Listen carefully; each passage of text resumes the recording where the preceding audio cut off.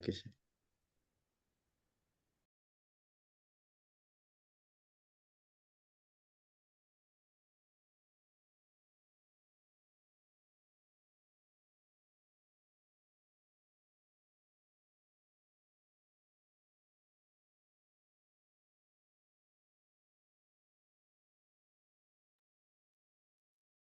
பிஸ்மில்லாஹிர் ரஹ்மானிர் ரஹீம்.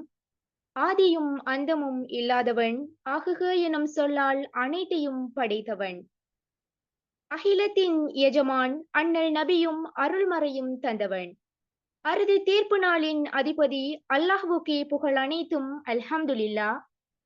அறியாமை காலமதில் அருட்கொடையாய் அவதரித்து அருநெறிகள் போதித்து அரும் பணிகள் செய்த அண்ணல் நபி மீது அகம் நிறைந்த செலவாத்து கூறி இந்நிகழ்வை ஆரம்பம் செய்கின்றேன். இந்நிகழ்வில் கலந்து கொண்டிருக்கும் அனைவர் மீதும் சாந்தியும் சமாதானமும் உண்டாகட்டும். அஸ்ஸலாமு அலைக்கும் வரஹ்மத்துல்லாஹி வபரகாத்துஹு.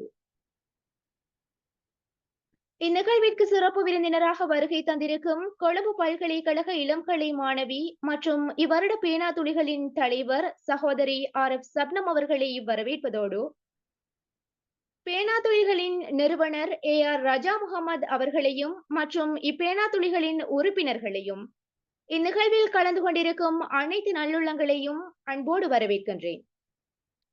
இன்று உங்களோடு இணைந்திருக்கும் நான் என்றென்றும் உங்கள் அன்பின் சகோதரி அம்ரினா அர்ஷாத். இந்நவீன காலத்தில் எழுத்தாளர்களின் சிறந்த ஒரு களமாக எம் பேனா துளிகள் குழுமம் காணப்பட்டு வருகின்றது. 2020ஆம் ஆண்டு ஆரம்பிக்கப்பட்ட எம் பேனா துளிகள் குழுமமானது தற்போது 5வது வருட பூர்த்தியை நோக்கி ஓடிக்கொண்டு மிகவும் சிறப்பாக இயங்கி வருகின்றது என்பதை மகிழ்வுடன் அறிய தருகின்றேன். அல்ஹம்துலில்லாஹ். ஒவ்வொரு மாதமும் இடம்பெற்று வருகின்ற இந்நிகழ்வு இம்மாதம் 3வது நிகழ்வாக நவீன கால வேலைப்பளுவும் எழுத்துத்துறை மீதான உறவும் என்ற தொனிப்பொருளில் பேனாதுளியின் இவ்வருட சஞ்சிகை பொறுப்பாளர் மற்றும் NISDயில் இளம்கலை மாணவியாக இருந்து கொண்டிருக்கும் சகோதரி ரிஸ்லா ஹம்சா அவர்களால் சிறப்பாக இடம்பெற இருக்கிறது. எனவே இந்நிகழ்வினை ஆரம்பம் செய்யும் முகமாக திருமறையிலிருந்து சூறா ஒன்றினை வழங்க வருகிறார் கொழும்பு பல்கலைக்கழக இளம்கலை மாணவி மற்றும் பேனா துளிகள் குழும இவ்வருட தலைவருமான சகோதரி RF சப்னம் அவர்கள்.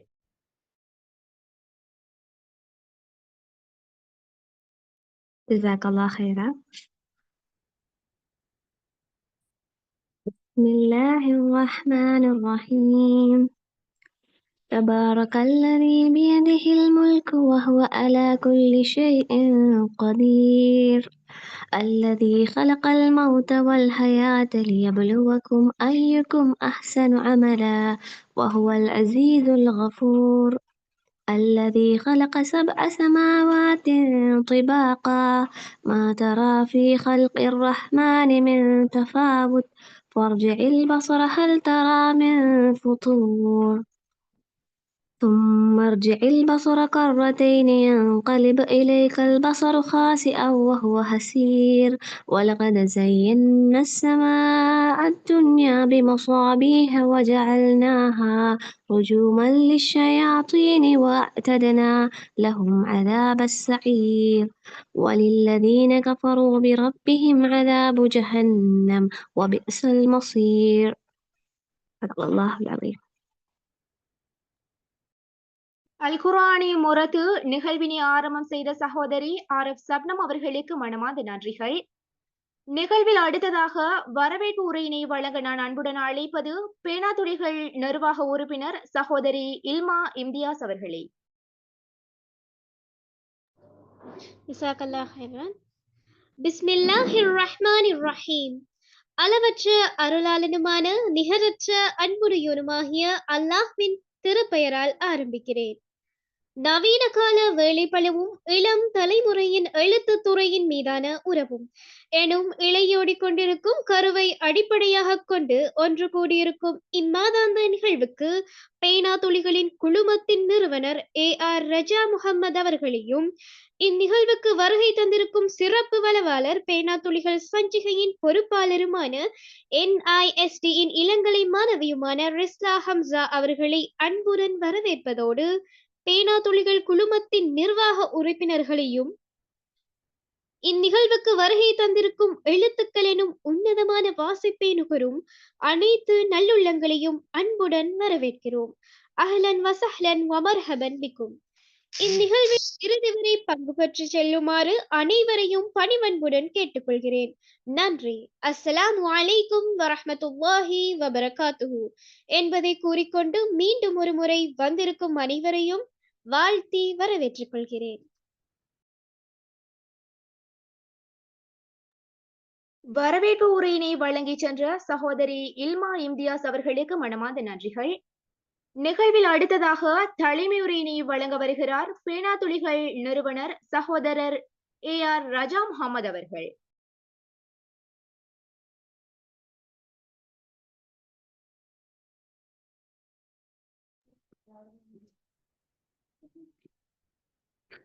அஸ்ஸலாமு அலைக்கும் வரஹ்மத்துல்லாஹி வபரகாத்துஹு. பிஸ்மில்லாஹிர் ரஹ்மானிர் ரஹீம். அல்ஹம்துலில்லாஹி வஹ்தா வகஃபா வஸ்ஸலாமு அலா இபாதிஹி அல்லதீன இஸ்தஃபா மா பஅத். அல்ஹம்துலில்லாஹ், அல்லாஹ்ட ஒரு பெரிய ஒரு அன்பு தான். நாங்க செய்யக்கூடிய வேலைகளை, நாங்க செய்யக்கூடிய திட்டங்களை, எங்களில் உதிக்கக்கூடிய சிந்தனைகளை அதை செயற்படுத்துறது மட்டும் இல்லாமலுக்கு அது தொடர்ந்து செய்யக்கூடிய சந்தர்ப்பங்கள் எல்லாம் தாரது. அந்த வகையில தான் பேனா துளிகளால் வந்துட்டு தொடர்ந்து மாதாந்த நிகழ்வுகளை நாங்கள் செய்யணும். அது மூலமா ஒன்று அல்லது 2 பேர் சரி பயனடைஞ்சா கூட அது பெரிய ஒரு விஷயமா எங்களுக்கு பார்க்கலுமா இருக்கும் என்கிற ஒரு காரணத்தின் அடிப்படையில கடந்த நவம்பர் மாதம் ஆரம்பிக்கப்பட்டுச்சு. நவம்பர் மாதம் 1வது நிகழ்வு நடந்துச்சு, டிசம்பர் 2வது நிகழ்வு நடந்துச்சு, அதே போல ஜனவரி இப்ப இந்த நிகழ்வு 3வது மாதாந்த நிகழ்வாக தொடராக நடந்து கொண்டிருக்குது. அந்த அடிப்படையில ஒரு பெரிய ஒரு சந்தோஷத்தோட, பெரிய ஒரு புத்துணர்ச்சியோட இந்த நிகழ்ச்சியில செஞ்சு கொண்டிருக்கிறோம். ஆனா இந்த நிகழ்ச்சிக்கு வருகை தரக்கூடியவங்களா இருக்கலாம், அல்லது பங்கு பற்றக்கூடிய வாசகர்களா இருக்கலாம், அது மிக குறைவாகவே இருக்குது. அதுக்கு மிகப்பெரிய காரணம் கூட இன்றைக்கு பேசக்கூடிய தலைப்புல தங்கி இருக்கு என்று நான் சொல்லலாம். ஏன்னு சொன்னா, இன்றைக்கு மக்கள் வந்துட்டு எழுத்துத்துறையில வந்து எவ்வளவு பின்வாங்குறாங்க என்கிற சப்ஜெக்டையும், அல்லது நல்ல விஷயங்களுக்கு தன்னை ஈடுபடுத்திக் கொள்ளல எவ்வளவு பொடுபோக்குத்தனமா இருக்காங்கிற விஷயத்தையும் இன்றைய தலைப்பு பிரதிபலிக்கும் என்று சொல்லி நான் நம்புறேன். இன்றைய வளவாளராக கலந்து கொண்டிருக்கக்கூடிய சகோதரி ரிஸ்லா ஹம்சா அவர்கள் வந்துட்டு இதை தெளிவாக உங்கள்கிட்ட வந்துட்டு சமர்ப்பிப்பாங்கன்னு நான் நம்புறேன். ஏன்னு சொன்னா இதுல 3 பகுதி வரும். இந்த எழுத்துத்துறை பின்வாங்குறதுக்கான காரணம் என்ன, அந்த காரணத்தை எப்படி சரி செய்யறது, அது சரி செஞ்சதுக்கு பின்னால எப்படி கன்சிஸ்டன்சி, எப்படி அந்த சரி செஞ்சதை தொடர்ச்சியா அதுல நாங்க ஈடுபாடா இருக்கிறது. சில மாற்றங்கள் இருக்கிறது, மாற்றங்கள் வந்து திருப்பி நாங்க பழைய நிலைக்கு மாறுது. அப்படி இல்லாமலுக்கு நாங்க நல்ல மாற்றங்கள் அடைஞ்சா அந்த நல்ல மாற்றத்தை எப்படி தொடர்ந்து கொண்டு போறதுங்கிற சம்பந்தமா 3 பகுதியா பிரிச்சு பேசலாம். அப்படி பிரிச்சு பேசுறதுக்கான ஒரு நிகழ்வாக இந்த நிகழ்வு அமையும் நான் நம்புறேன். அதனால வந்திருக்கக்கூடிய அனைவரும் கடைசி வரை கலந்து பயனடையுமாறு கேட்டுக்கொண்டு நான் என் பேச்சை முடிச்சுக்கிறேன். ஜஸாக்குமுல்லாஹ் ஹைர். அஸ்ஸலாமு அலைக்கும் வரஹ்மத்துல்லாஹி வபரகாத்துஹு. தலைமை உரையினை வழங்கி சென்ற சகோதரர் AR ரஜா முகமது அவர்களுக்கு மனமார்ந்த நன்றிகள். நம் அனைவரும் ஆவலாக எதிர்பார்த்து கொண்டிருந்த தருணம் இதோ. நிகழ்வில் அடுத்ததாக இடம்பெற இருப்பது நவீன கால வேலை பழுவும் இளம் தலைமுறையினரின் எழுத்துத்துறை மீதான உறவும் என்ற தலைப்பில் நம்முடன் உரையாற்ற வருகிறார் இவருட பேனா துளிகள் சஞ்சிகை பொறுப்பாளர் மற்றும் NISDயில் இளங்கலை மாணவியாக இருந்து கொண்டிருக்கும் சகோதரி ரிஸ்லா ஹம்சா அவர்கள். பிஸ்மில்லாஹிர் ரஹ்மானிர் ரஹீம். முதற்கண் இந்த மிகப்பெரிய ஒரு வாய்ப்பை எனக்கு தந்த இறைவனுக்கு எப்போதுமே நன்றியுடையவளாக இருக்கணும். அந்த வகையில அல்ஹம்துலில்லாஹ். அடுத்து இந்த ஒரு வாய்ப்பை எனக்கு தந்த பேனாத்துளிகள் பணிப்பாளர் சகோதரர் ரஜா முகமது அவர்களுக்கும், பேனாத்துளிகள் நிர்வாக உறுப்பினர்கள் அனைவருக்கும் ஜிஸாக்குமுல்லாஹு ஹைரன். நல்ல எண்ணங்கள் தான் எப்போதுமே நல்ல சிந்தனைகளும் நல்ல எண்ணங்களும் தான் எப்போதுமே நல்ல செயற்பாடுகளாக உருவெடுக்குது அப்படின்னு ஒரு விஷயத்த நான் எப்பவுமே உறுதியா நம்புவேன். அந்த வகையில வந்து இங்க கூடியிருக்கிற நானும் சரி, நீங்களும் சரி, எல்லோரும் ஏதோ ஒரு நல்ல கருத்துக்களையும், நல்ல சிந்தனைகளையும் உள்வாங்கிக் கொள்ளணும் அப்படின்ற ஒரு எண்ணத்தோட இங்க இந்த தருணத்துல அமர்ந்திருக்கிறோம். அந்த வகையில இங்க வந்திருக்கிற அத்தனை நல்ல உள்ளங்களுக்கும் அஸ்ஸலாமு அலைக்கும் வரஹ்மத்துல்லாஹி வபரகாத்துஹு. முதலாவது எனக்கு இந்த தலைப்பை தந்ததுக்கு நான் மிகவும் மகிழ்ச்சி அடைகிறேன். ஏண்டா இந்த காலத்துல இந்த சூழ்நிலையில முக்கியமாக பேசப்பட வேண்டிய ஒரு கருப்பொருள் தான் இந்த நவீன கால வேலைப்பளுவும் இளம் தலைமுறையினரின் எழுத்துத்துறை மீதான ஒரு உறவும் அப்படின்ற விஷயம். இந்த இந்த ஒரு தலைப்பு வந்து முக்கியமாக பேசப்பட வேண்டிய ஒரு விஷயமா நான் கருத்தில் கொள்றேன். ஏண்டா இதுக்கு பின்னுக்கு நிறைய காரணங்கள் இருக்குது. ஆரம்ப காலத்தை அடிப்படையா கொண்டு இந்த காலம் வரைக்கும் நம்ம நிறைய விஷயங்களை இதுல உள்வாங்கலாம். நிறைய வித்தியாசங்கள், நிறைய மாறுபாடுகள் வந்து இப்போ இருக்கிற ஜெனரேஷனுக்கும் உள்ள ஆட்களுக்கும் வந்து நிறையவே இருக்குது. அந்த வகையில வந்து இந்த நவீன கால வேலைப்பளு அப்படின்ற ஒரு முக்கியமான ஒரு தடைக்கல்லா ஒரு விஷயமா வந்து நான் பார்க்கிறேன். என்னன்னா வந்து இந்த இளம் தலைமுறையினர் எழுத்து துறையில வந்து இந்த ஒரு விஷயம் வந்து எந்த அளவுக்கு பங்கு கொள்ளுது, இந்த ஒரு விஷயம் எந்த அளவு தூரத்துக்கு அவங்களோட எழுத்து துறையில வந்து இது நிலைத்து நிக்குது அப்படின்ற ஒரு விஷயத்த. இந்த ஒரு விஷயம் வந்து சமூகத்துல மட்டும் இல்லாம சமூக கலாச்சார பரிமாணமா வந்து இது வெளிப்படுது. அது மட்டும் இல்லாம இளைய தலைமுறையினர் இந்த இளைய சமுதாயத்திட வாழ்க்கை முறைய வந்து நான் முன்னுக்கு சொன்ன மாதிரி உள்ள காலத்தோடையும் இப்போ உள்ள காலத்தோடையும் வந்து நம்ம ஒப்பிடும் போது இங்க வந்து பல்வேறு விதமான மாற்றங்கள் வந்து காணப்படுது. அந்த வகையில வந்து அவங்களோட ஒவ்வொரு செயற்பாடுகளும் கலை, இலக்கிய பணி இப்படி முக்கியமான விஷயங்கள் வந்து பாதிப்புகளை எதிர்நோக்குது. இந்த விஷயம் வந்து நம்ம எல்லாருமே அறிஞ்ச ஒரு விஷயமா தான் இருக்குது. இந்த இளம் தலைமுறையினர் வேலைப்பளு அப்படின்ற ஒரு விஷயம் வந்து நவீன தொழில்நுட்ப வளர்ச்சியிலையும் நவீன தொழில்நுட்ப வளர்ச்சியுமே வந்து இளம் தலைமுறையினர் எழுத்து துறையில வந்து அதிக பங்கு வகிக்குது. இப்ப நம்ம ஒரு விஷயத்த வந்து எடுத்து நோக்குனா வந்து அதுல வந்து எப்போதுமே ஒரு நாணய குச்சிக்கு வந்து 2 பக்கங்கள் இருக்கும் இல்லையா? ஒரு பக்கம் நல்லதாகவும் இன்னொரு பக்கம் வந்து கெட்டதாகவும் இருக்கும். அந்த வகையில வந்து இந்த வேலை பளுவும் இந்த நவீன தொழில்நுட்ப வளர்ச்சியும் வந்து இந்த இளம் தலைமுறையினர் எழுத்து துறைக்கு வந்து 2 விதமாகவும் பங்களிக்குது.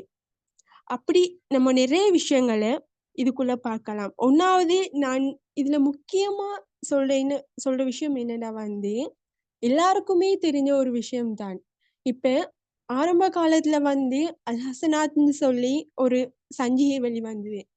அந்த காலங்கள்ல எல்லாம் வந்து நம்ம பார்க்க போனா எனக்கு தெரிஞ்சு நான் எழுதுறதுக்கு முன்னுக்கு நான் இப்போ கொஞ்ச காலமா தான் நான் எழுதிட்டு வரேன். ஆனா நான் பார்த்து வியந்த நிறைய எழுத்தாளர்கள் வந்து அந்த சஞ்சிகையில வளமையா எழுதிட்டு வருவாங்க. அந்த சஞ்சிகையில அவங்களோட எழுத்துக்கள் வரும்போது அவங்களுக்குள்ள இருக்கிற ஒரு ஆனந்தம், அந்த விஷயத்த வந்து அந்த சந்தோஷத்த வந்து சொல்ல இயலாத அளவுக்கு நான் நிறைய பேரை கண்கூடா பார்த்திருக்கிறேன்.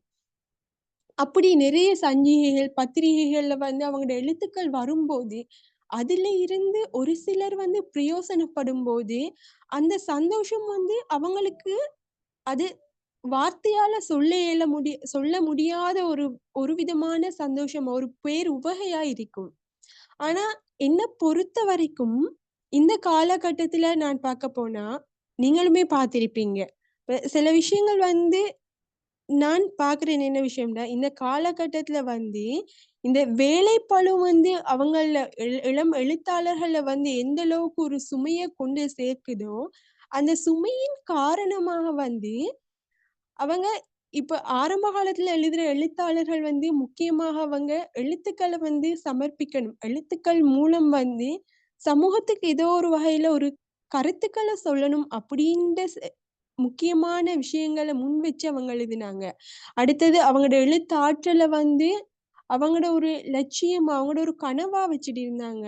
ஆனா என்ன பொறுத்த வரைக்கும் இன்றைய சமூகத்தை பார்க்க போனா நிறைய பேர் கேட்கிற ஒரு ஒரு கேள்விதான், நீங்க இந்த விஷயம் எழுதுறீங்களே, நீங்க எழுத்து உலகத்துல இருக்கிறீங்களே, உங்களுக்கு எழுதுறதால என்ன ஒரு பிரயோசனம் கிடைக்குது? ஏதாவது சல்லி கிடைக்குதா?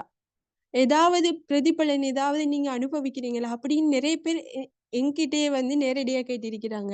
நீங்க இந்த டைம வந்து வேற எதுலயுமே யூஸ் பண்ணலாமே அப்படின்னு சொல்லி. எழுதுறதால உங்களுக்கு என்ன கிடைக்குது? Facebookல எழுதுறதால, இன்ஸ்டாவுல, WhatsAppல இப்படி நிறைய விஷயங்கள்ல நீங்க வந்து எழுதுறீங்க. அதால உங்களுக்கு என்ன பிரயோசனம் அளிக்குது? அப்படின்னு சொல்லி நிறைய பேர் கேட்கிறாங்க. இன்னும் நிறைய பேர் வந்து எழுதுறதால நமக்கு வந்து ஏதோ ஒரு வகையில பணம் ஈட்டலாமோ அப்படின்னு ஒரு விஷயத்த கொண்டுட்டு போறாங்க. ஒவ்வொருத்தர எண்ணங்கள் தானே ஒவ்வொருத்தரையும் ஒரு அவங்களோட செயற்பாடுகளா உருவெடுக்குது. டாக்டர் ஜோசப் மர்ஃபி வந்து அவரு ஆழ்மனதின் அற்புத சக்தி அப்படின்னு சொல்லி நிறைய பேருக்கு இந்த புக்க பத்தி தெரிஞ்சிருக்கும். ஏன்னா இது வந்து ஆயிரக்கணக்குல விற்பனையாகின ஒரு புக் ஒண்ணு. மிகப்பெரிய அளவுல சாதனை படைச்ச புக் தான் இது. இதுல தமிழ் மொழிபெயர்ப்பும் இருக்குது. அத வந்து நாகலட்சுமி சண்முகம்ன்ற ஒருத்தர் எழுதியிருக்கிறாங்க. அதுல வந்து டாக்டர் ஜோசப் என்ன சொல்றாருன்னா, உங்களோட எண்ணத்தை வந்து நீங்க மாற்றுங்க. உங்களுடைய ஹலோ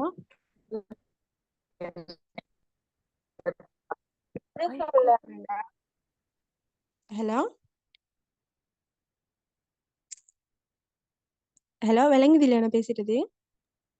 விளங்குது, பேசுங்க. டாக்டர் ஜோசப் என்ன விஷயம் சொல்றாருன்னா வந்து, எண்ணத்த வந்து நீங்க மாற்றுங்க. உங்களோட எண்ணங்கள் தான் வந்து உங்களோட தலை விதியையே மாற்றி அமைக்கக்கூடிய ஒரு சக்தி வாய்ந்த ஒரு ஆயுதம்னு சொல்றாரு. அப்போ அத வந்து நம்ம இந்த நவீன உலகத்துல, இன்றைய சமுதாயத்துல அத பத்தி பார்க்க போனா, என்ன பொறுத்தவரைக்கும் இளைய சமுதாயம் வந்து அவங்களோட மைண்ட்ல வந்து ஒரு விஷயத்த வந்து ஃபிக்ஸ் பண்ணிட்டாங்க. எல்லா விஷயங்களையுமே பணத்தின் அடிப்படையில கொண்டு சேர்க்கணும் அப்படின்ட்டு. அ நம்ம பொதுவா சொல்லப்போனா, இந்த உலகத்துல யாருமே பெர்ஃபெக்ட் இல்ல தானே! ஸோ, ஒவ்வொருத்தரும் ஒவ்வொரு கருத்துக்கள பிரதிபலிப்பாங்க. நான் சொல்ற கருத்துக்கள் வந்து சிலருக்கு வந்து ஏற்றுக்கொள்ளக்கூடியதாக இருக்கும். சிலருக்கு வந்து அதுல வந்து முரண்பாடுகள் இருக்கும். ஆனாலும் சில விஷயங்கள் வந்து இப்ப நம்ம நேரடியா பார்க்கக்கூடிய சில விஷயங்கள் தான். இது நிறைய பேர் நிறைய இளம் சமுதாயத்தினர்ட்ட இருந்து அவங்கட்ட இருந்து வார ஒரு வார்த்தைகள தான் இந்த வார்த்தைகளா நான் கருத்தில் கொள்றேன். ஏன்னா வந்து அவங்க வந்து மனி மைண்டடாவே இப்போ உள்ள சமுதாயம் வந்து வளர்க்கப்படுது. அவங்களோட சூழல் அப்படியும் இருக்கலாம். ஒவ்வொருத்தரும் சில நேரம் அவங்களுக்கு சூழலும் அதுக்குரிய மாதிரி அவங்கள அந்த சூழலுக்கு ஏற்ற மாதிரி அவங்கள கொண்டு போறது தானே. அத நம்ம தப்பு சொல்ல இயலாது. ஆனா அவங்களோட அந்த மைண்ட் வந்து அந்த பணத்தின் பின்னாலேயே ஓடக்கூடிய ஒரு செட்ட வந்து அவங்களோட மைண்டுக்கு வந்து அவங்க அத வடிவமைத்து விட்டாங்க.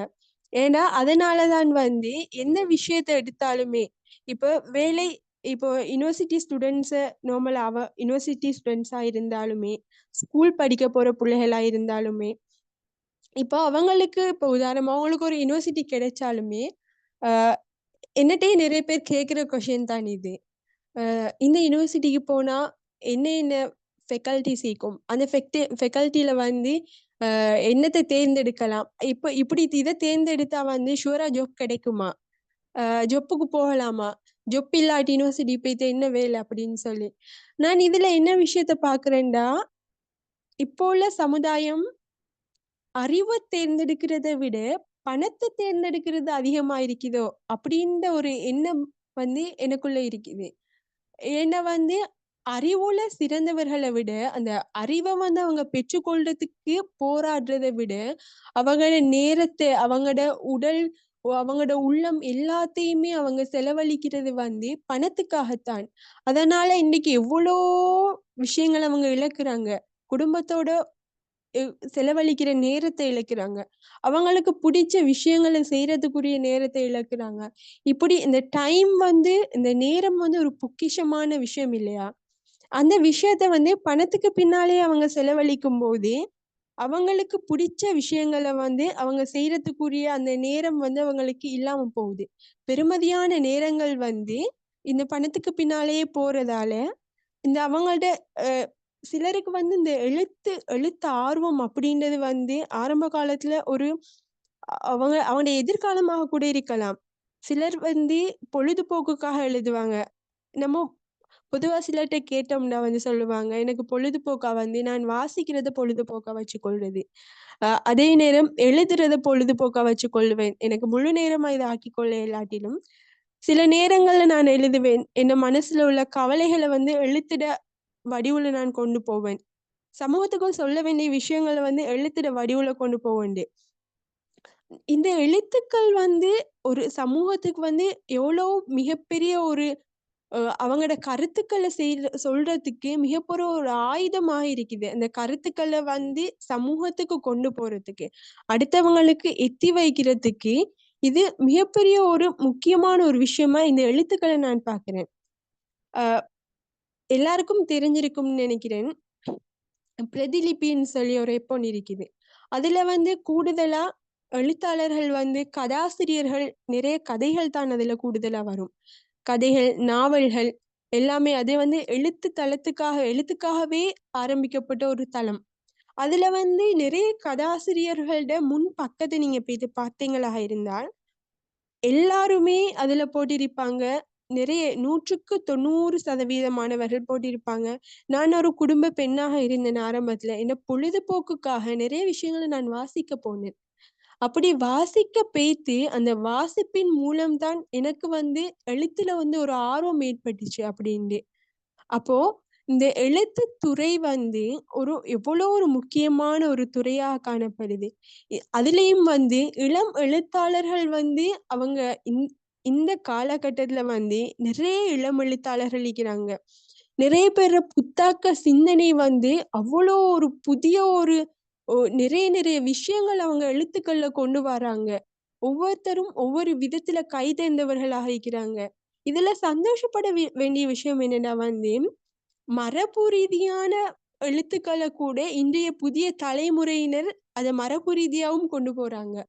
பாரதியாரோட வந்த தற்கால கவிதைகள் கூட, சில பேர் வந்து தற்காலத்திலேயே பாமர மக்களுக்கு விளங்கக்கூடியதா நார்மலா எழுதிட்டு போனாலும், மரபு ரீதியா எழுதக்கூடிய இன்னும் பெரும்பான்மையான இளம் எழுத்தாளர்கள் இருக்கிறாங்க. அதெல்லாம் பார்க்கும்போது, எவ்வளோ ஒரு வரப்பிரசாதம் இவங்க வந்து இந்த சமுதாயத்துக்கு அப்படின்னு என்ன தோணுது. அதுலயும் வந்து அ இதுல 2 விஷயம் நான் 2 விஷயம் தடைக்கல்லா பார்க்கிறேன். என்ன விஷயம் அப்படின்னா வந்து, இப்படியான எழுத்தாளர்களுக்கு வந்து ஒண்ணு சமூகம் களம் அமைத்து கொடுக்கவில்லையோ! அப்படின்ற ஒரு விஷயம் இருக்குது. அடுத்தது வந்து சமூகம், இந்த சமுதாயம் அவங்களுக்கு வந்து களம் அமைச்சு கொடுத்தாலும், அத வந்து எழுத்தாளர்கள் சிறந்த முறையில இத வந்து பயன்படுத்திக் கொள்ள இல்லையோ! அப்படின்னு 2 விஷயத்த நம்ம பார்க்க போலாம். ஏன்டா, இப்போ உள்ள காலகட்டத்தில நான் நிறைய இடத்துல பார்த்துக்கிறேன். ஆ நிறைய பிரதேசங்கள்ல வந்து இளம் எழுத்தாளர்கள் வந்து அதிகமான முறையில கௌரவிக்கப்படுறாங்க. இளம் எழுத்தாளர்களாக உருவெடுக்கிறவங்க வந்து ஆரம்பத்துல எல்லாருக்குமே இருக்கக்கூடிய ஒரு விஷயம் தான். ஆரம்பத்துல நம்ம ஒரு புதிய விஷயத்த செய்யும்போது, அதுல வந்து நம்மள எதிர்த்துட்டு போறவங்களோ, இல்லாட்டி நம்மள தட்டி கழிக்க பாக்குறவங்கள விட, ஒரு விஷயம் 2 விஷயத்துல சரி, நம்மளுக்கு வந்து கை கொடுத்து நம்மள தூக்கி விடுற ஆட்கள் இருந்தால், நம்ம எந்த ஒரு எல்லைக்குமே போகலாம். எந்த ஒரு பெரிய உயரத்தையும் அடையலாம். அந்த வகையில நான் இப்ப பார்க்கிறேன், இந்த தொழில்நுட்ப உலகமும் சரி, இந்த சோசியல் மீடியாவும் சரி, இந்த சமுதாயமும் சரி, நிறைய விஷயங்கள்ல இளம் எழுத்தாளர்கள கௌரவிக்குது, ஆதரிக்குது. ஆனா, சில நேரங்கள்ல, சில இடங்கள்ல வந்து இந்த சமுதாயம் வந்து அவங்களுக்குரிய கௌரவத்த குடுக்கறதுக்கு மறுக்குது. 100க்கு 90% பிரதேசங்கள்லயும், இடங்கள்லயும் இந்த கௌரவிப்புக்கள், ஆதரிப்புக்கள் இருந்தாலும், ஒரு சில இடங்கள்ல வந்து இளம் எழுத்தாளர்கள் வந்து கவனிக்கப்படுறது இல்லையோ! அப்பிடின்ற ஒரு ஆதங்கம் வந்து எனக்கு சமூகத்தின் மேல ஒரு மிகப்பெரிய ஒரு ஆதங்கமா இருக்குது. நான் நானும் எழுத்தாளர் என்ற ஒரு வகையில, சில நேரங்கள் நமக்கு அந்த ரெகக்னைஸ் கிடைக்க இல்லண்டா வந்து, எழுத்தாளர்களுக்கு நிறைய பேருக்கு வந்து இருக்கிற ஒரு விஷயம் தானே. பொதுவா மனிதன் எமோஷன்ஸ் வந்து சொல்ற விஷயம் தான். என்ன சைக்காலஜி ரீதியா நம்மள யார் சரி ஃபெடப் ஆக்கினா வந்து இந்த விஷயம் சரியில்லைன்னா உடனே நம்ம வந்து நம்மட மனசு என்ன சொல்லும்? அப்ப நம்ம செய்யற விஷயம் பிழையோ? இத செய்யக்கூடாது. நம்மள எல்லாருமே வந்து இந்த விஷயத்துல நம்ம ஒரு பெர்ஃபெக்ட் இல்ல அப்படின்னு சொல்றாங்களே அப்படின்னு சொல்லி. நிறைய பேர் இதுல இருந்து பின்வாங்குறாங்க. இத நான் வந்து ஒரு முக்கியமான காரணமா பார்க்கிறேன். இளம் எழுத்தாளர்கள் வந்து ஆ எழுத்துத் துறையில அவங்களோட உறவு வந்து அருகி போறதுக்கு ஒரு முக்கியமான காரணமா இத பார்க்கிறேன். ஏன்னா, நிறைய பேர் வந்து நான் ஆரம்ப காலத்துல சோசியல் மீடியாவுல Facebookல இருக்கிற டைம்ல வந்து, எனக்கு தெரிஞ்ச நிறைய பேர் ஒரு நாளைக்கு 3, 4 போஸ்ட்ன்னு போடும்போது, அது வந்து படிப்படியா குறைஞ்சு, குறைஞ்சு இப்போ ஒரு போஸ்ட்டோட நிக்கிறாங்க. ஏன்னா, சில நேரங்கள்ல வந்து இது எல்லாருமே எதிர்கொள்ற விஷயம் தான். காதல் காதல் சம்பந்தமான ஒரு பதிவுகள போட்டால், அவங்களுக்கு வார விமர்சனங்கள். சோகமான ஒரு பதிவு போட்டா, அதுல வர விமர்சனங்கள். அந்த விமர்சனங்கள சில நேரம் அவங்களுக்கு கையாள முடியாத நிலையில வந்து, அவங்க இந்த எழுத்துத் துறையில இருந்து பின்வாங்குறாங்களோ! அப்பிடின்ற ஒரு கருத்தும் எனக்கு இருக்குது. ஏன்னா வந்து, விமர்சனங்கள் அப்பிடின்ற ஒரு விஷயம், எல்லாருமே நல்லா தெரிஞ்சுக்க வேண்டிய ஒரு விஷயம் தான். விமர்சனங்கள் இல்லாத மனிதர்கள் அப்பிடின்ட்டு யாருமே இல்ல. இன்னைக்கு நம்ம பார்க்க போனா, நிறைய பேருக்கு தெரியும். இன் இந்த இன்றைக்கு இந்த தருணத்தில, உலகத்தில பெரிய ஜாம்பவான்களாயிருக்கிற எல்லாருமே விமர்சனங்கள எதிர்கொண்டவங்க தான். விமர்சனம் இல்லாம ஒரு மனிதன் வாழ இயலும்னா, அந்த வாழ்க்கை வந்து ஒரு சீரான வாழ்க்கையா, ஒரு சுவாரஸ்யமான வாழ்க்கையா இருக்காது. நம்மள எதிர்க்கிறதுக்குண்டு 1000த்துல ஒருத்தர் இருக்கத்தான் வேணும். அப்பதான் வந்து நம்மட பிழைகள வந்து நம்மோ அ சுய பரிசோதனை செஞ்சு கொள்றதுக்கு அது வந்து விமர்சிப்பவர்கள் வந்து கட்டாயம் தேவை. அதனால நான் என்ன சொல்ல வரேன்டா, சில நேரங்கள்ல இந்த இளைஞர்கள், இளம் சமுதாயத்துக்கு எழுத்துத்துறை மீதான உறவு வந்து அருகி போறதுக்கு, இந்த மன அழுத்தங்கள் வந்து ஒரு முக்கிய காரணமாக கொள்ளப்படுது. அ இப்போ நம்ம ஒரு போஸ்ட் போடுறோம்டா, அதுல இருந்து அ அவங்க சொல்ற ஒவ்வொரு விமர்சனங்களையும் நம்ம யோசிக்க போனா, நம்ம அதிலிருந்து வெளியாக இயலாது. அப்போ சில நேரங்கள்ல நம்ம ஒரு வாழ்க்கைன்ற ஒரு பாதையில வந்து, நம்ம பயணிக்க வேண்டிய தூரம் மிக நீளமான ஒரு தூரம். அந்த தூரத்துல வந்து கற்களும் இருக்கும், முற்களும் இருக்கும். நம்ம அதையெல்லாம் குனிஞ்சு, குனிஞ்சு எடுத்துட்டு போக வேண்டிய நிலைமை வந்தா, நம்மோட கால பகுதி வந்து மிக குறுகியதா போயிரும். அந்த குறுகிய நேரத்துல வந்து நம்மோட வெற்றிய வந்து நம்மளால நிச்சயமா கொண்டாடவே இயலாது. சில நேரங்கள்ல நம்ம தடை கற்கள வந்து நம்ம தாண்டித்தான் போகணுமே ஒழிய, தடை கற்கள அத நகர்த்திட்டு போயிட்டு இருந்தோம்னா, நம்மோட எனர்ஜியும், நம்மோட டைமும் தான் வேஸ்ட் ஆகும். ஸோ, இந்த விஷயத்துல வந்து நிறைய பேர் கவனத்துல கொள்ளணும். விமர்சனங்கள வந்து எப்படி நம்ம வந்து நம்மளுக்கு சாதகமா பயன்படுத்திக் கொள்ளணும் அப்படின்னு. அப்பதான் நம்ம வந்து நம்மோட முன்னேற்ற பாதையில இன்னும் நிறைய தூரம் நம்ம போகலாம். அதுல அடுத்த விஷயம் என்னன்னா வந்து, நான் ஆரம்பத்துல சொன்ன மாரி தான். நேரக் குறைவு. அ என்ன பொறுத்தவரைக்கும், அ அடுத்த ஜெனரேஷனுக்கு வந்து இது நமக்குரிய ஒரு முக்கியமான கடமையா நான் பார்க்கிறேன். அடுத்த ஜெனரேஷனுக்கு வந்து நம்ம சொல்லக்கூடிய, கற்பிக்கக்கூடிய ஒரு விஷயம் என்னன்னா வந்து, டைம் மேனேஜ்மென்ட். இந்த டைம வந்து நம்ம எப்படி மேனேஜ் பண்ணி கொள்ளலாம் அப்படின்ற ஒரு விஷயத்த. பொதுவா எல்லாருக்குமே ஒரு நாள் அந்த 24 மணித்தியாலத்துல பலதரப்பட்ட வேலைகள் இருக்கும். அந்த வேலைகள வந்து நம்ம திட்டமிட்டு செய்றதன் மூலம், நம்ம ஒரு சிறந்த அடைவை பெறலாம். எல்லாருக்குமே தெரிஞ்ச விஷயம் தான். நம்ம ஒரு திட்டமிடல் இல்லாம ஒரு விஷயத்த செய்ய போனோம்னா, நம்மோட வாழ்க்கை பாதையில நம்ம நிறைய கஷ்டங்கள் அனுபவிக்க வேண்டி வரும். அந்த வகையில நேரம் குறைவு எல்லாருக்கும் ஒரே நேரம் தான், ஒரே காலம் தான். ஆனா, நம்மள விட எப்படி மத்தவங்க முன்னோக்கி போறாங்க, நம்ம ஏன் வந்து பின்னோக்கியே நகர்றோம்? இதுக்கு காரணம் என்ன? நம்ம வந்து சில நேரங்கள் நம்மள சுய பரிசோதனை செஞ்சு கொள்ளணும். எழுத்துத்துறை வந்து நிறைய பேர் வந்து அத அவங்களோட ஒரு எதிர்காலமா நினைப்பாங்க. நிறைய பேர் வந்து இப்பதான் ஆரம்ப ஸ்டேஜ்ல இருப்பாங்க. நான் எப்படியாவது வளர்ந்து வரணும் அப்படின்னு. அப்படியானவங்கள் வந்து அடுத்தடுத்த வேலைகளும் அவங்களோட படிப்பு, தொழில் எல்லா விஷயத்தையுமே அவங்களுக்கு கண்ட்ரோல் பண்ண முடியாத சிச்சுவேஷன்ல இருந்தும் அவங்களோட எழுத்துத்துறை மீதான உறவு வந்து அவங்களுக்கு மழுங்கடிக்கப்படும் சில நேரங்கள்ல. அந்த வகையில வந்து இப்படியான விஷயங்கள வந்து அ இப்போ இருக்கிற ஜெனரேஷனுக்கு வந்து இதுல இருக்கிற நாம வந்து அவங்களுக்கு சொல்லிக் கொடுக்க வேண்டிய முக்கியமான விஷயம். ஏன்னா இப்ப நான் பார்க்கிறேன் நிறைய ஒரு பாராட்டக்கூடிய ஒரு விஷயம்தான். நிறைய இளம் எழுத்தாளர்கள், நிறைய பேர் அவங்களோட எழுத்துத் துறையை வந்து எந்தெந்த வகையில நம்ம மேம்படுத்திக் கொள்ளலாம் அப்படின்ற ஒரு ஆராய்ச்சியில நிறைய பேர் விடாம எழுதிட்டே இருக்கிறாங்க. இதுல இன்னொரு முக்கியமான விஷயம் என்னன்னா வந்து, ஒரு விஷயத்த வந்து நம்ம 1 நாள், 2 நாள் செஞ்சுட்டு போறதால வந்து அந்த விஷயம் நமக்கு எப்போதுமே சக்சஸ் குடுக்க போறதில்ல. ஆரம்பத்துல சிலாக்கட மைண்ட் செட் எப்படி இருக்கும்டா, இப்பதான் அ எழுதுறதுக்கு அந்த ஸ்டார்ட்டிங் ஸ்டேஜ்ல இருப்பாங்க. அப்போ அவங்க வந்து அந்த அவங்களோட எழுத்துக்கள கொண்டு போகும்போது, நான் ஆரம்பத்துல சொன்ன மாரி தான். சிலவங்களோட கருத்துக்களால, விமர்சனங்களால அவங்க தாக்கப்படும்போது, அவங்களுக்கு அது மிகப்பெரிய ஒரு பாதிப்பாக காணப்படலாம். நான் என்ன சொல்றேன்னா வந்து, நம்ம ஒரு விஷயத்த செய்ய போணும்டா, நான் Facebookல படிச்ச ஒரு போஸ்ட் ஒண்ணு தான். எனக்கு சரியா ஞாபகம் இல்ல. அதுல வந்து நிறைய குறிப்புகள் சொல்றாரு. ஒரு பெரிய மூத்த எழுத்தாளர் ஒண்ணு தான்.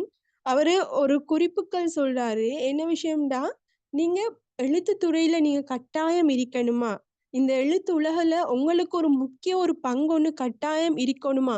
நீங்க அப்படி இருக்கணும்ன்ற வகையில நீங்க நினைச்சீங்கண்டா வந்து, கட்டாயம் இந்த விஷயங்கள ஃபாலோ பண்ணுங்க. அப்படின்னு சொல்லி அவரு ஒரு அட்வைஸ் மாதிரி சொல்றாரு, நிறைய விஷயங்கள்ல. அதுல வந்து ஒண்ணு என்னன்னா, எல்லாருமே பெர்ஃபெக்ட் இல்ல எழுதுறதுல. எல்லாருமே எல்லா விஷயத்திலயுமே ஆரம்பத்துல இருந்து பெர்ஃபெக்ட் ஆக முடியாது. ஏன்டா இந்த உலகத்துல வந்து இறைவனை தவிர யாராலயுமே வந்து யாருக்குமே முழுமையான அறிவு வழங்கப்பட இல்ல. அது நம்ம எல்லாருமே அறிஞ்ச ஒரு விஷயம் தான். அந்த வகையில நீங்க எழுதுறீங்களா? உங்களுக்கு எழுத்து ஆர்வம் இருக்குதா? எழுதணும்னு நீங்க ஆசைப்படுறீங்களா? ஒவ்வொரு நாளும் அதுக்காக ஒரு 5 நிமிஷமோ, 10 நிமிஷமோ குடுங்க. உங்களுக்கு நீங்க ஆசைப்பட்டு மனம் விரும்பி செய்யக்கூடிய ஒரு விஷயங்களுக்கு வந்து, நீங்க நேரம் குடுக்காம இருந்தால், அந்த விஷயங்கள வந்து நீங்க பிற்காலத்துல அத இழந்துட்டோமேன்னு வருத்தப்படலாம். ஏன்னா வந்து, நம்ம இதுக்குரிய நேரம் இப்ப நம்மள்ட்ட முழுமையாக இருக்குது. இந்த நேரம் இருக்கிற சந்தர்ப்பத்துல வந்து, நம்ம ஒரு விஷயத்த இழந்துட்டு, அது காலம் போன பிறகு அத வருத்தப்படுறதுல அதுல எந்த ஒரு யூசுமே இல்ல. எல்லாருக்கும் தெரியுமேன்னு. வாய்ப்ப வந்து தவற விட்டுட்டு, நம்ம அத பத்தி பிறகு யோசிச்சு, அதால எதுவுமே நடக்க போறதில்ல. அதால எல்லா "காற்றுள்ள போதே தூற்றிக்கொள்ன்னு" சொல்லுவாங்க. இந்த இளம் பராயம் வந்து மிகவும் ஒரு அருமையான பராயம் எல்லாருக்குமே. நான் நினைக்கிற மட்டில இங்க இருக்கிற யாருக்குமே வந்து 40 வயசு, 50 வயசு இருக்க போறதில்ல. அப்படி இருக்கும்போது, இந்த பராயத்துல வந்து நம்ம செய்ற ஒவ்வொரு விஷயங்களும் வந்து, நம்ம ஒவ்வொருத்தரும் நம்மட மனசுல எண்ணிக்கொள்ளணும். நான் தான் இந்த உலகத்துல நான் பெர்ஃபெக்ட்டா இல்லாட்டிலுமே, பெர்ஃபெக்ட்டா இருக்கிறதுக்கு ட்ரை பண்ணணும்.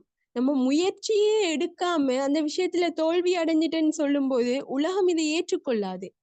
அதனால எந்த ஒரு விஷயமா இருந்தாலும் நம்ம முயற்சி எடுக்கணும். நீங்க எழுதணும்னு உங்களுக்கு ஆசை இருக்குதா? ஒரு நாள்ல வந்து மேக்ஸிமம் நீங்க ஓ குறைஞ்சது ஒரு 5 நிமிஷமோ, 10 நிமிஷமோ, கூடினது ஒரு 20 நிமிஷம் குடுங்களேன். உங்களுக்கு விருப்பமான ஒரு செயல், நீங்க செய்யணும்னு ஆசைப்படுற ஒரு செயல். 20 நிமிஷம் குடுங்க. ஒவ்வொரு நாளும் ஒரு கொப்பில இப்பதான் எல்லார் கையிலயுமே ஃபோன் இக்கிது. இப்போ அதிலேயே நீங்க சேவ் பண்ணிக்கலாம்.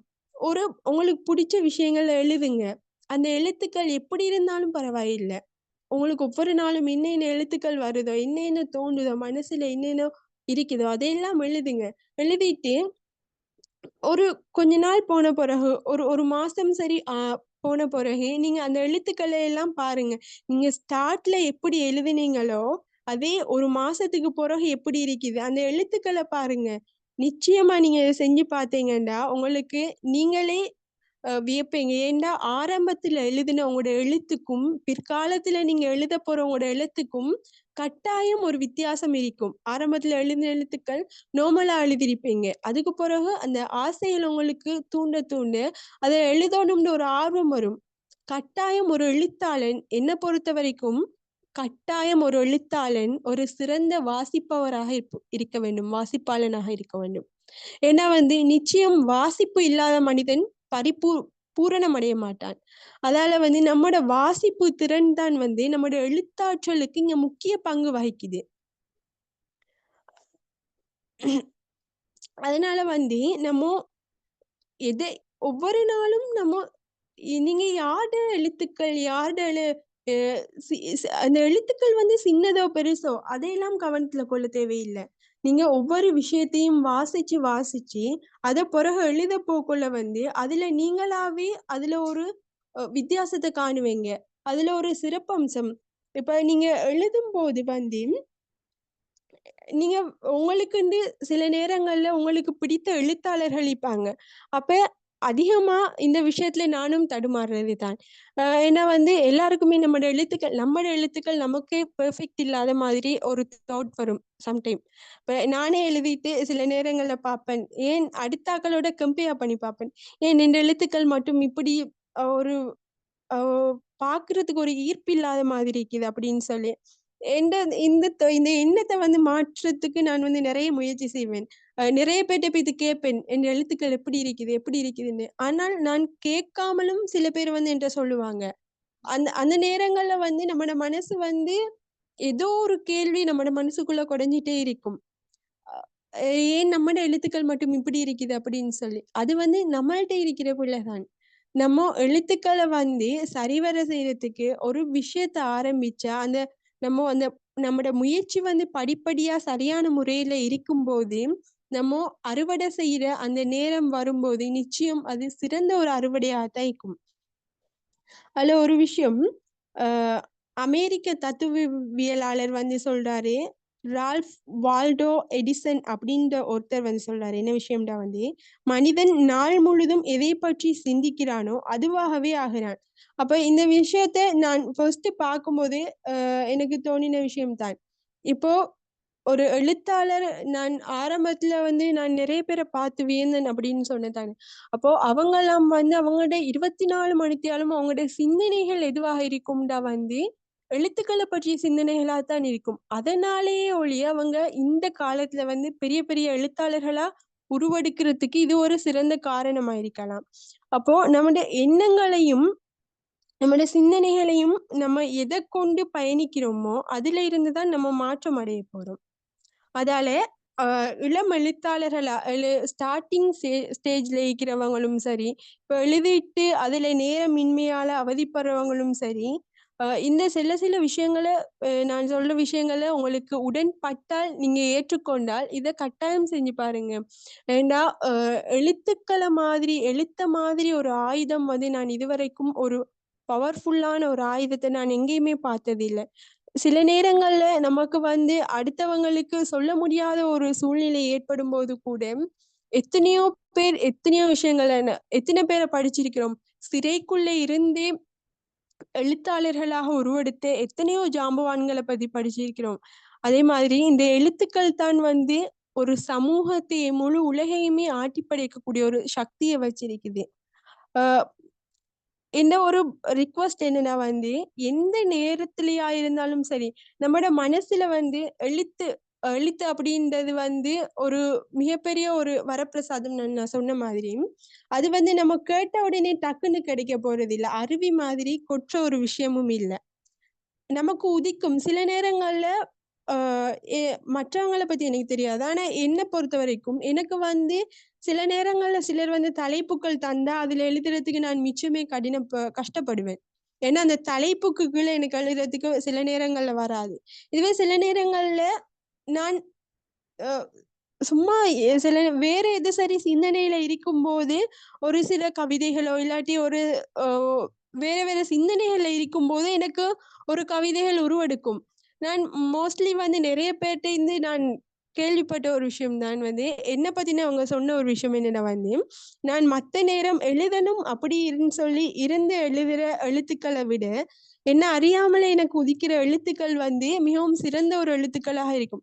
எப்பவுமே நீங்க உங்களுக்கு உதிக்கிற விஷயங்களை அந்தந்த நேரத்துக்கு அதை குறிச்சு கொள்ற ஒரு பழக்கத்தை கட்டாயம் வச்சுக்கொள்ளுங்க. இது இப்படியான பழக்கத்தை வச்சுக்கொள்ளும் போது தான் உங்களோட எழுத்தாற்றல்களை வந்து இன்னும் அதிகப்படுத்துறதுக்கு உங்களுக்கே ஒரு ஆர்வம் வரும். நீங்க எழுத எழுத ஆஹ் சொல்லுவாங்க தானே, சித்திரமும் கைப்பழக்கம் செந்தமிழும் நாப்பழக்கம் அப்படின்னு. ஒரு விஷயத்த வந்து நம்ம செய்ய செய்யத்தான் அதுல இருந்து நம்ம சீராகுவோம். ஒளியால வந்து அடிக்கடிக்கத்தான் ஒரு சிறந்த ஒரு சிலை வந்து உருவெடுக்கும். அதே மாதிரி நம்ம ஒரு விஷயங்களை வந்து அடுத்தவங்க சொல்றாங்களே, இல்லாட்டி நேரம் இல்லையே, இல்லாட்டி இவ்வளவு பிரச்சனைகள் இருக்குதே அப்படின்னு காரணங்கள் அடுக்கிட்டு போனோம்டா வந்து நம்மட எதிர்காலத்துல வந்து நம்ம எப்பவுமே ஒரு உயர்ந்த நிலையை அடைய முடியாது. எந்த விஷயத்துக்கும் வந்து நம்ம காரணத்தை சொல்லாம அந்த காரணங்களை தாண்டி நம்ம எப்படி ஜெயிக்கலாம், நம்ம எப்படி உருவெடுக்கலாம், நம்மளோட நோக்கி எதுவோ அந்த நோக்க வந்து எப்படி அடையலாம் அப்படின்னு ஒரு சிந்தனையில இருக்கும்போது நிச்சயம் நம்மட எண்ணங்கள் தான் எல்லாத்துக்கும் பெருமதியானது. அப்ப அந்த எண்ணங்கள் எப்படியுமே நம்மள அந்த நிலைக்கு கொண்டு போய் சேர்க்கும். அடுத்த விஷயம் வந்து இப்போவே இந்த காலகட்டத்துல வந்து என்ன பொறுத்த வரைக்கும் நிறையவே சோசியல் மீடியாலையும் சரி, மேகசின் அப்படின்னு சொல்லி நிறையவே இளம் எழுத்தாளர்களுக்கு களம் கொடுக்குறாங்க. எத்தனையோ மெகசின்ஸ் இருக்குது. ஸோ அந்த வகையில வந்து அப்படியான இப்படியான களங்கள் இருக்கும்போது ஏன் அதை நம்ம பயன்படுத்துறது இல்லை? உதாரணத்துக்கு இந்த நிகழ்ச்சியை எடுத்து பார்த்தோம்டா வந்து இது ஒரு 1 மணித்தியாலம் 1.5 மணித்தியாலம் ஒரு நிகழ்ச்சி தான் இது. இந்த நிகழ்ச்சிக்கு வந்து அதுவும் பொதுவா எல்லாரோட கருத்துப்படி இரவு நேரத்துல தான் பெரும்பாலும் நிகழ்வுகள் நடக்குது. ஏன்னா மற்ற டைம்ல எல்லாருக்குமே வேலைகள் இருக்கும். அந்த வேலை இந்த வேலை அப்படின்னு சொல்லி நிறைய விஷயங்களை வந்து கருத்தில் கொண்டு இரவுல அப்ப இப்படியான சில விஷயங்களுக்கு நமக்கு நேரத்தை ஒதுக்க இயலாட்டி எப்படி நம்ம முன்னேற்றத்துக்குரிய பாதையில வந்து நமக்காக நம்ம நேரம் ஒதுக்க போறோம்? இதை யோசிக்கணும் எல்லாரும். இந்த விஷயங்கள் வந்து இதுல வேற எதையும் பத்தி சொல்றது இல்ல. எழுத்துக்களையும் நம்ம எழுத்துக்கள்ல இருந்து நம்மளை எப்படி அந்த நம்மளோட எழுத்துக்களை வந்து எப்படி இம்ப்ரூவ் பண்ணிக்க இயலும் அப்படின்னு சொல்லி நான் சொல்ல போய் மெகசின்ஸ் வந்து நிறையவே இருக்குது. நம்ம ஒவ்வொருத்தரும் வந்து நார்மலா நம்மளுக்குள்ளேயே நம்மளோட திறன்களை வச்சுட்டு இருக்கும் போது அது வந்து உலகத்துக்கு வந்து நம்மளை பத்தி தெரிய வாய்ப்பு வாரது இல்ல. சொல்லுவாங்க, நான் பார்த்த ஒரு வீடியோ ஒன்று தான். எப்படின்னா வந்து எந்த ஒரு விஷயத்துக்கும் வந்து மார்க்கெட்டிங் அப்படின்றது வந்து ஒரு மிக பிரதானமான ஒரு விஷயமா இருக்குது. நம்ம ஏதாவது ஒரு புதிய விஷயங்களை செய்ய போனாலும் ஒரு புதிய ப்ரொடக்டை வந்து விற்க போனாலும் அதுக்கு வந்து மார்க்கெட்டிங் சரியா இருக்கும்போது தான் வந்து அந்த விஷயங்கள் வந்து அவங்க நினைக்கிற அளவுக்கு அவங்களுக்கு அதுல ப்ராஃபிட் கொடுக்கும். அப்போ நான் எல்லாரும் யோசிப்பீங்க, ஏன்டா இதுக்குள்ள மார்க்கெட்டிங் எடுத்துட்டு வரேன் அப்படின்னு சொல்லி. அதுலயும் ஒரு கருத்து இருக்குது. என்ன விஷயம்டா வந்து நம்மளுக்கு நாம தான் மார்க்கெட்டிங் பண்ண இயலும். அடுத்தவங்க வந்து நம்மட வளர்ச்சிக்கு மார்க்கெட்டிங் பண்ண மாட்டாங்க. இப்போ நம்மட திறமைகளை வந்து நம்மளுக்குள்ள வச்சுட்டு இருக்க கூடாது. அது பிழையோ சரியோ நம்ம அந்த விஷயத்த செஞ்சாதான் அதுல இருக்கிற சரிப்புல வந்து நமக்கு தெரிய போகுது. என்ன, நேரம் இல்ல, அதுக்கு அந்த காரணம் இந்த காரணம் அப்படின்னு சொல்லி 1000 காரணங்கள் வந்து நமக்கு முன்னுக்கு இருக்கலாம். அந்த காரணங்கள் எல்லாம் வந்து நமக்கு தடையா ஒரு நாளுமே இருக்கக்கூடாது. எந்த ஒரு விஷயத்துக்கும் வந்து நம்ம காரணத்தை சொல்லி பழகிட்டோம் அப்படின்டா வந்து நம்மளோட லைஃப் லாங் வந்து அதையே ஃபாலோ பண்ணுவோம். எல்லாருக்கும் தெரிஞ்சிருக்கும், அப்துல் கலாம் சொல்லுவாரு, 24 நாள் வந்து நீங்க ஒரு விஷயத்த வந்து தொடர்ச்சியா செஞ்சா அந்த விஷயம் வந்து காலப்போக்குல அது உங்களுக்கே பழக்கப்பற்றும். அதே மாதிரி நம்ம தெரியாம சில பழக்கங்களை வந்து தொடர்ந்தேர்ச்சியா வந்து செஞ்சுட்டு போகும்போது அந்த பழக்கங்கள் வந்து சாகுற வரைக்கும் நம்ம கூடவே இருக்கும். அதனால நம்ம செய்யற ஒவ்வொரு விஷயங்களையும் நான் இது சில நம்மளுக்கு பிடிச்ச விஷயங்களுக்காக நம்மளை வந்து சாக்ரிஃபைஸ் பண்றது, அது நான் நினைக்கிற மட்டும் வந்து அது ஒரு பெரிய பாரதூரமான ஒரு பாவமோ ஒரு தீய பழக்கமோ இல்லை தானே. இந்த விஷயங்கள் நான் கட்டாயம் செய்யணும், நான் இதுல இருந்து வெளியாகணும், நான் இந்த ஒரு உயரத்துக்கு அடையணும் அப்படின்னா வந்து சில விஷயங்கள் நம்ம இழந்து தான் ஆகணும். அந்த வகையில நம்மட பயத்தை போக்கணும். நான் ஆரம்பத்துல சொன்ன மாதிரிதான், இதை நம்ம எழுதிட்டா யாரும் நம்மளை குறை சொல்லிடுவாங்களோ, இதுல ஒரு பிழை வந்துருமோ அப்படின்னு உள்ளுக்குள்ள எல்லாருக்குமே ஒரு நடுக்கம், ஒரு பயம், இருக்கத்தான் செய்யும். ஆனா அந்த பயத்தை எல்லாம் வந்து நம்ம எப்ப தகர்த்தெறிகிறோமோ அந்த நேரம் தான் நமக்கு நம்மட வளர்ச்சிக்குரிய நேரமாக அமையும். அடுத்த விஷயம் என்னடா வந்து நம்மட நான் ஆரம்பத்துல சொன்ன மாதிரி தான் அந்த நிறைய இடங்கள்ல வந்து நான் பார்த்த விஷயங்கள் இளம் எழுத்தாளர்களுக்கு களம் கொடுக்காதது. நான் ஈஸ்டர்ன் சைட்ல எல்லாம் நிறைய பார்த்துக்கிறேன். இளம் எழுத்தாளர்கள் வந்து நிறைய பேர் வந்து அவ்வளோக்கு கௌரவிக்கப்படுறாங்க. அவங்க அவங்க வந்து இப்போ ஆரம்பத்துல அங்க இருக்கிறதுலே வந்து மூத்த மூத்த எழுத்தாளர்களே அவங்களுக்கு களம் அமைச்சு கொடுக்குறாங்க. இப்படி இப்படி அப்படின்னு சொல்லி இந்த ஒவ்வொரு விஷயத்திலையும் வந்து அவங்கள ரெகக்னைஸ் பண்றதும் சரி, அவங்களுக்குரிய ஒரு களத்தை ஏற்படுத்தி கொடுக்கறதும் சரி, அந்த வகையில சமூகம் வந்து சில நேரங்கள்ல இதுலயும் தவறு விடுதோ அதுவும் இதுக்கு ஒரு காரணமோ அப்படின்ற ஒரு எனக்கு கருத்து இருக்குது. ஏன்னா நான் இருக்கிற சைட்ல எல்லாம் நிறைய இளம் எழுத்தாளர்கள் இருப்பாங்க. ஆனா எனக்கு தெரிஞ்சு வந்து அவங்களுக்குரிய களங்கள் வந்து எங்கேயுமே அமைத்து கொடுக்கப்படுதில்லையோ அப்படின்ற ஒரு ஏக்கமும் ஒரு கவலையும் எனக்குள்ளேயே இருக்கும். சில நேரங்கள் அதை வெளிப்படுத்த முடியாத ஒரு சந்தர்ப்பங்கள் இருக்கும். ஏன்னா இந்த சமூகம் வந்து சில நேரங்கள்ல ஆஹ் பொதுவா பெண்கள் என்ற பொதுவாக நம்ம பெண்களை வந்து சொல்லப்போனா அது நிறைய இடத்துல இருக்குது. பெண்கள் ஃபேஸ்புக்ல இருக்கக்கூடாது, எழுதக்கூடாது அப்படின்ற ஒரு சாரார் வந்து அதுக்கு பலவிதமா வந்து நமக்கு தடைகள் வரும். அதுல இதுவும் ஒரு தடைக்கல்லாய்க்கும். நிறைய பேர் இதை வச்சு இப்போ சோசியல் மீடியாக்கள்ல வந்து நிறைய பேர் ட்ரெண்ட் ஆகிட்டு போவாங்க. எழுத்துக்கள் மூலமே நிறைய பேர் ட்ரெண்ட் ஆகுவாங்க. டிக்டாக்ல எல்லாம் வந்து நிறைய பேர் அவங்களோட எழுத்துக்களுக்கு வாய்ஸ் ஓவர் கொடுத்து அதுலேயும் வந்து ஃபேமஸ் ஆகக்கூடிய ஆட்கள் இருக்கிறாங்க. இன்ஸ்டாவில் இருக்கிறாங்க, ஃபேஸ்புக்கில் அப்படி நிறைய பேர் வந்து இந்த சோஷியல் மீடியா எந்த அளவுக்கு பாதகமான விளைவை தருதோ அதே நேரம் அவங்களோட வளர்ச்சிக்கும் வந்து இது ஒரு சிறந்த ஒரு ஊடகமா அமையுது. அதுல வந்து சில நேரம் வந்து கிராமப்புறங்கள்ல இருக்கிறவங்களோ இல்லாட்டி வெளி உலகத்துக்கு வந்து வெளி உலகத்துக்கு தன் திறமையை கொண்டு வரதுக்கு ஆர்வமா இருக்கிறவங்களுக்கு வந்து இப்படியான சமூகத்துல இருக்கிற பிற்போக்கான சிந்தனாவாதிகளால அவங்களோட எழுத்து துறைகள் வந்து முடக்கப்படுறதும் ஒரு காரணமாக நான் பார்க்கிறேன். ஏன்னா வந்து இப்போ உள்ள எழுத்தாளர்கள் அந்த இளம் எழுத்தாளர்களோட சிந்தனைகள் வந்து மாஷாலாண்டு அவங்களோட ஒவ்வொரு சிந்தனைகளும் ஆச்சரியமா அவங்க ஒவ்வொரு மூத்த எழுத்தாளர்கள் அவங்க அனுபவத்துல எழுதுவாங்க. ஆனா இப்போ இருக்கிற நான் வாசிக்கிற நிறைய பேர் எழுத்துக்கள் வந்து பொதுவா அவங்களோட ஒவ்வொரு எழுத்துக்களும் வந்து வித்தியாசமான முறையில வித்தியாசமான ஜோனர்ல எழுதுவாங்க. சில பேர் எழுத்துக்கள் எல்லாம் பார்க்கும்போது அவ்வளோ ஒரு சந்தோஷமா இருக்கும். எப்படிடா இந்த வார்த்தைகளை கொண்டு வராங்க, எங்க இருந்து இந்த மாதிரி ஒரு சிந்தனையை எடுத்துட்டு வராங்க அப்படின்ட்டு வியந்து ஆச்சரியமா பார்க்குற சில நேரங்களும் இருக்குது. அப்படியான எத்தனையோ திறமையானவர்கள் ஒவ்வொரு மூலை முடுக்குலையும் இருக்கிறாங்க. நான் ஆஹ் இன்னொரு என்ற வேண்டுகோள்டா வந்து எந்த ஒரு விஷயத்திலையும் வந்து யாரையும் பார்த்து நம்ம பயப்பட வேண்டிய நம்ம செய்யற விஷயம் நல்ல விஷயமாக இருந்தால் அதுல பயப்பட வேண்டிய அவசியம் இல்லை. ஆனா இப்ப இருக்கிற நிறைய இளம் எழுத்தாளர்கள் வந்து பயம் ஒரு காரணமாகவும் இருக்குது. அவங்களோட எழுத்து துறையில வந்து அவங்களோட எழுத்துக்கள் மீதான உறவு வந்து அருகி போறதுக்கு இந்த பயமும் ஒரு காரணமா இருக்குது. இந்த எழுத்து துறையிலேயே போனா அடுத்தடுத்த விஷயங்களை பார்க்க முடியாதோ அப்படின்ற ஒரு பயம் அதுக்கு முதல் காரணமா இருக்குது. இந்த மாதிரியான காரணங்களையும் தடை கற்களையும் வந்து நீங்க எப்ப தகர்த்தெறிகிறீங்களோ அப்பதான் நீங்க வெளி உலகத்துக்கு ஷைன் ஆகுவீங்க. உங்களோட மனசுக்குள்ள ஆசைகள் இருக்கும், பெரிய பெரிய ஆசைகள் வச்சிருப்பீங்க. புக் ரிலீஸ் பண்ணணும், எழுத்து உலகத்துல நான் இப்படி ஒரு பெரிய மனிதனா வளரணும், எழுத்து உலகத்துல நான் இந்த அளவுக்கு சரி நான் அடுத்தாக்களுக்கு இந்த எழுத்துக்கள் மூலம் ஒரு சின்ன விஷயத்த சரி அவங்களுக்கு இந்த எழுத்துக்களால ஒருத்தர் மாறினாலுமே அது எனக்கு மிகப்பெரிய சந்தோஷத்தை தரும் அப்படின்னு நிறைய பேர் மனசுக்குள்ளேயே நிறைய விஷயங்களை வச்சுட்டு இருக்கிறவங்க அதை வெளிப்படுத்துறே இல்லை. அதுக்குரிய சரியான நேர காலம் அவங்களுக்கு வரும்னு அவங்க பார்த்துட்டு இருப்பாங்க. நேரம் வந்து யாருக்கும் தானாக அமையாது, நாங்களா அமைச்சு கொள்ளணும். நான் இறுதியா நாங்களா அமைச்சு கொள்ளணும்.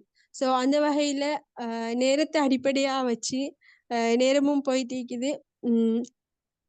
நான் இறுதியா என்ன சொல்றேன்டா வந்து எந்த ஒரு விஷயத்துக்கும் வந்து நம்மட தடைகளையும் தடங்கல்களையும் வந்து அதே நம்ம யோசிச்சுட்டு இருந்தோம்னா வந்து நம்மளால நம்மட உயரத்தை அடைய முடியாது. ஆகவே இளம் எழுத்தாளர்களுக்கு வந்து நிறைய காரணங்களும் நிறைய தடைக்கற்களும் இருக்கலாம்.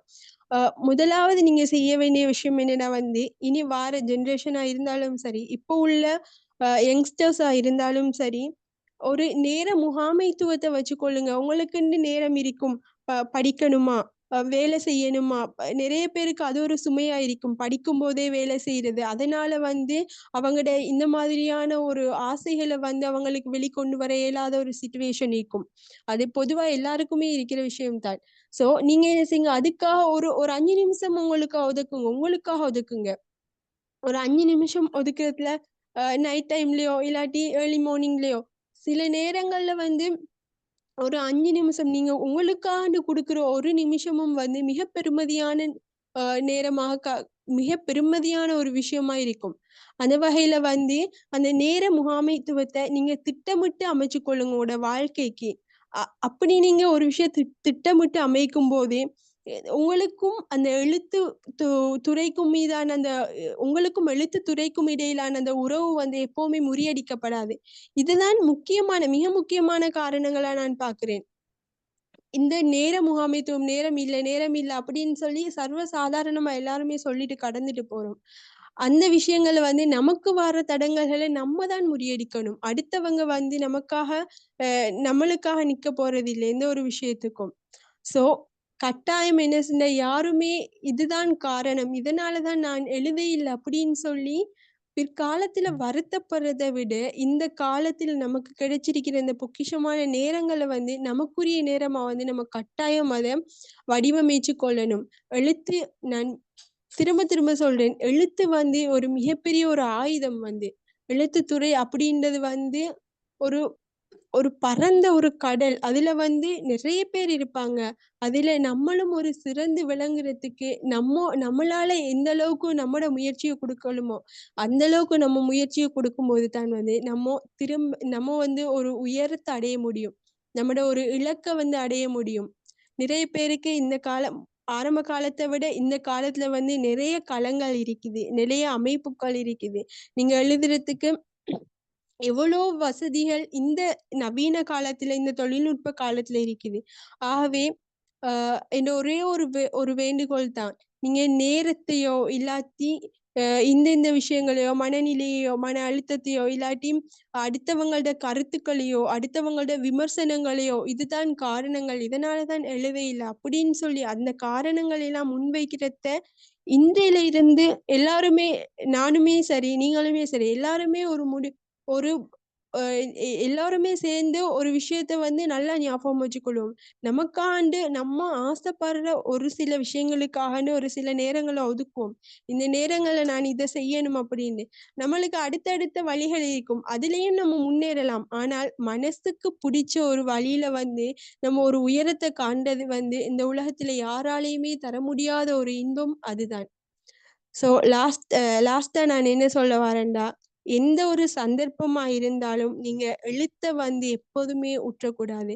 இளம் எழுத்தாளர்கள் வந்து மிகப்பெரிய அந்த மூத்த எழுத்தாளர்களை விட மிகவும் கவர்ச்சியாகவும் அழகான முறையில நேர்த்தியான முறையில எழுதக்கூடிய எத்தனையோ இளம் எழுத்தாளர்களை நான் பார்த்திருக்கிறேன். அவங்க எக்ஸ்பீரியன்ஸ்டான ஆக்கள்னு சொல்லுவாங்க, ஆனா அவங்களோட எழுத்துக்களை விட இவங்களோட எழுத்துக்கள் வந்து எவ்வளோ அருமையாகவும் அழகாகவும் இருக்கும். அப்படிப்பட்ட எத்தனையோ இளம் எழுத்தாளர்கள் இன்றைக்கும் வந்து ஒவ்வொரு மூலையிலையும் இருக்கிறாங்க. உங்களோட தடைக்கல்களை நீங்க வந்து தாண்டி உங்களோட எழுத்துத்துறையில நீங்க எப்போதுமே வந்து ஒரு பெரிய உயரத்தை அடையணும் அப்படின்றது வந்து என்ன ஒரு வேண்டுகோளாக நான் முன்வச்சேன். உங்களுக்கு திரும்பவும் அதான் சொல்றேன். எழுத்துத்துறை அப்படின்றது வந்து யாருக்குமே சிலவங்களுக்குத்தான் இது மாதிரியான ஒரு வரப்பிரசாதங்கள் கிடைக்கும். எல்லாருக்குமே வந்து அந்த திறமைகளும் ஆளுமைகளும் கிடைக்கிறது இல்ல. ஒரு சிலவங்களுக்குத்தான் ஒரு சில ஆளுமைகளும் திறமைகளும் கிடைக்கும். அந்த வகையில் நம்மளுக்கு கிடைச்ச திறமைகளையும் ஆளுமைகளையும் வந்து நம்ம எப்போதுமே வந்து நம்மட வழியில நம்மட திறமைகளையும் ஆளுமைகளையும் வந்து முன்னேற்ற பாதைக்குத்தான் கொண்டு செல்லணுமே ஒழிய அந்த தடைக்கல்களை பார்த்து நம்ம பின்வாங்கிடக்கூடாது. ஆகவே இதுக்கு பிறகு சரி இளம் எழுத்தாளர்களாக இதுக்கு பிறகு உருவெடுக்கிறவங்களும் சரி, பேய்க்கிறவங்களும் சரி, எந்த ஒரு காரணத்தையும் கருத்தாக வச்சு இதனால தான் என் எழுத்துக்களுக்கு வந்து விபரீதங்கள் ஏற்பட்டதுன்னு சொல்லாம, நாமளும் எழுத்துத்துறையில ஒரு முக்கிய ஒரு அங்கத்தவரா, ஒரு முக்கிய அ ஒரு பிரபலமா இருக்கணும் அப்படின்ற ஒரு வகையில உங்களோட மனசுக்குள்ளேயே நீங்களே நினைச்சு கொள்ளுங்க. எழுத்துல நான் இந்த உயரத்தை அடையணும் அப்படின்ற ஒரு வாக்க வந்து உங்களுக்குள்ளே எடுத்துக்கொள்ளுங்க. இது சரி. கேள்விகள் இந்த இல்லாட்டி டைம் சரிதானே? ஸோ லாஸ்டா என்ன எனக்கு இந்த இந்த வாய்ப்பையும் இந்த நேரத்தையும் தந்த பேனாத்துளிகள் பணிப்பாளருக்கும் பேனாத்துளிகளோட நிர்வாகத்துக்கும் திரும்ப ஒரு முறை நான் இந்த நன்றிகளை தெரிவித்துக் கொள்கிறேன். மனசார ஜிசாக்குமுல்லா ஹைரன். எழுத்துத்துறையில வந்து இங்க வந்திருக்கிறவங்களும் சரி, எழுத்துல ஆர்வமா இருக்கிறவங்களும் சரி, என்றாவது ஒரு நாளைக்கு அவங்களோட எழுத்துத்துறையில அவங்களோட எழுத்துக்கள் வந்து மிகவும் ஒரு அழகிய முறையில, சிறந்த முறையில செப்பனிட்டு அவங்க மிகப்பெரிய எழுத்தாளர்களா வர வேண்டும் அப்படின்ற ஒரு பிரார்த்தனையோட இந்த நிகழ்வை வந்து நான் முடிச்சுக் கொள்கிறேன். எனக்கு இந்த வாய்ப்பை தந்ததுக்கு திரும்பவும் நன்றிகளை கூறிக்கொள்கிறேன். ஜிசாக்குமுல்லா ஹைரன். நவீன கால வேலை பளுவும் இளம் தலைமுறையினரின் எழுத்துத்துறை மீதான உறவும் என்ற தலைப்பில் அவருடைய அனுபவங்கள் மற்றும் பல உதாரணங்களை முன்வைத்து சிறந்த முறையில் உரையாற்றி சென்ற சகோதரி ரிஸ்லா ஹம்சா அவர்களுக்கு மனமார்ந்த நன்றிகள். நிகழ்வில் அடுத்ததாக இடம்பெற இருப்பது கவிதை. இக்கவிதையினை வழங்க நாம் அன்போடு அழைப்பது இவ்வருட பேனா துளிகளின் உப செயலாளர் சகோதரி ஃபஸ்லியா ஃபர்சான் அவர்களே. அல்லாஹும்ம பாரிக். அஸ்ஸலாமு அலைக்கும் வரஹமத்துல்லாஹி வபரகாத்துஹு. நவீன கால வேலை பளுவும் இளம் தலைமுறையின் எழுத்துத்துறையின் மீதான உறவும் என்ற இன்றைய தொனிப்பொருளிலிருந்து நவீனமெனும் போதை என்ற கருப்பொருளில் கவிதையுடன் நான். நவீனங்களை முன்னிறுத்தியே நகர்கிறது வாழ்க்கை. நவீனங்களை முன்னிறுத்தியே நகர்கிறது வாழ்க்கை. நவீனமெனும் போதை அகமும் புறமும் உறைந்து கிடக்கின்றது. அகமும் புறமும் உறைந்து கிடக்கின்றது. நவீனமெனும் போதை உருமாறி உருவேற்றுகிறது உலகை. உருமாறி உருவேற்றுகிறது உலகை. நவீனத்தின் மமதையில் மடிந்து கிடக்கின்றன பழைமைகள். நவீனத்தின் மமதையில் மடிந்து கிடக்கின்றன பழைமைகள். நவீனத்தின் வளர்ச்சியில் அழிவும் தொடர்ந்தது உள்ளத்தில். சிறு நிமிடம் நவீன பந்தத்தில் சற்றே விலகினாலும் கவிழ்ந்து போகிறது உலகம் கவிழ்ந்து போகிறது. பொய்களை இழுத்து பிடித்து முன்னேறி பரிணாமம் என்று நாமம் சூட்டுகிறோம். என்னவென்று? பரிணாமம் என்று. வனப்பானதோர் வையகம் கண்டு நவீன பிடியில் ஏன் தவறுகிறது மனம்? நான் அறியேனே. சுழலும் பூமியில் நிரந்தரமில்லா வாழ்க்கையில் நிறுத்த முடியா காலச்சக்கரத்தில் நவீன போதை எனும் திரையை நீக்கி முன்னேறி செல்வோம். போதும் இந்த நவீன போதை, போதும். ஜஸாக்குமுல்லாஹ்.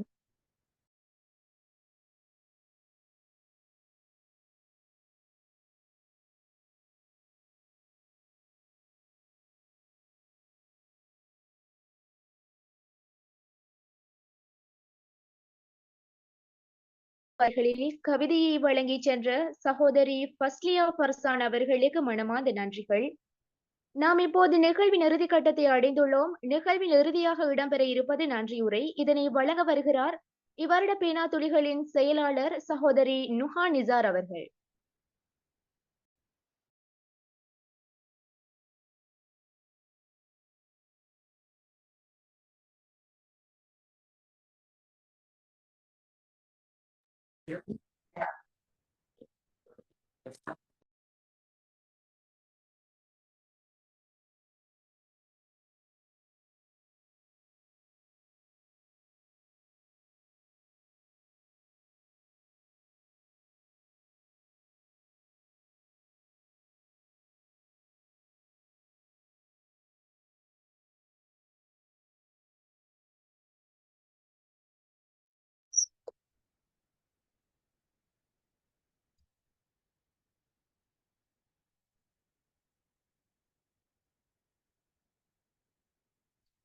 இங்கு வருகை தந்திருக்கின்ற அனைவருக்கும் இறைவனின் நாமத்தை கொண்டு ஆரம்பித்தவளாய் என் இனிய சலாம். அஸ்ஸலாமு அலைக்கும் வரஹ்மத்துல்லாஹி வபரகாத்துஹு.